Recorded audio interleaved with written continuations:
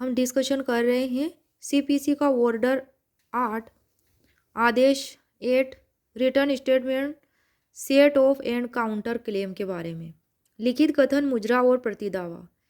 इसमें total rule है 10 rule है इसमें आदेश 8 में।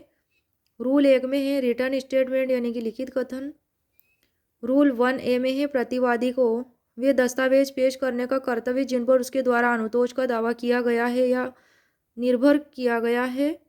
रूल 2 में है नए तथ्यों का विशेष रूप से अभिवचन करना होगा। रूल 3 में है प्रत्याख्यान विनिर्दिष्टतः होगा, denial to be specific. Rule 4 में है वाक छलपूर्ण प्रत्याख्यान, इवेसिव डेनियल। रूल 5 में है स्पेसिफिक डेनियल यानी कि विनिर्दिष्टतः प्रत्याख्यान। रूल 6 में है मुजरा की विशिष्टियाँ लिखित कथन में दी जाएगी। रूल 6A में है प्रतिवादी द्वारा प्रतिदावा, counter claim by defendant. Rule 6B में है प्रतिदावे का कथन किया जाना। रूल 6C में है प्रतिदावे का अपवर्जन, exclusion of counter claim. Rule 6D में है वाद के बंद कर दिए जाने का प्रभाव। रूल 6E में है प्रतिदावे का उत्तर देने में वादी द्वारा व्यतिक्रम।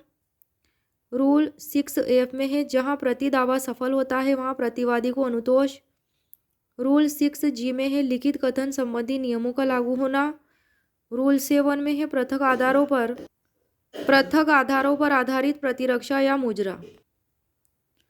रूल 7 में है पृथक आधारों पर आधारित प्रतिरक्षा या मुजरा।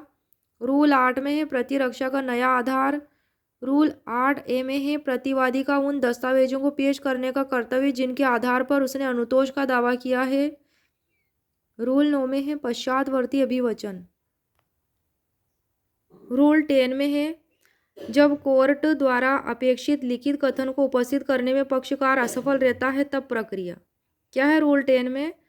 जब कोर्ट द्वारा अपेक्षित लिखित कथन को उपस्थित करने में पक्षकार असफल रहता है तब प्रक्रिया। Procedure when party fails to present return statement called for by court.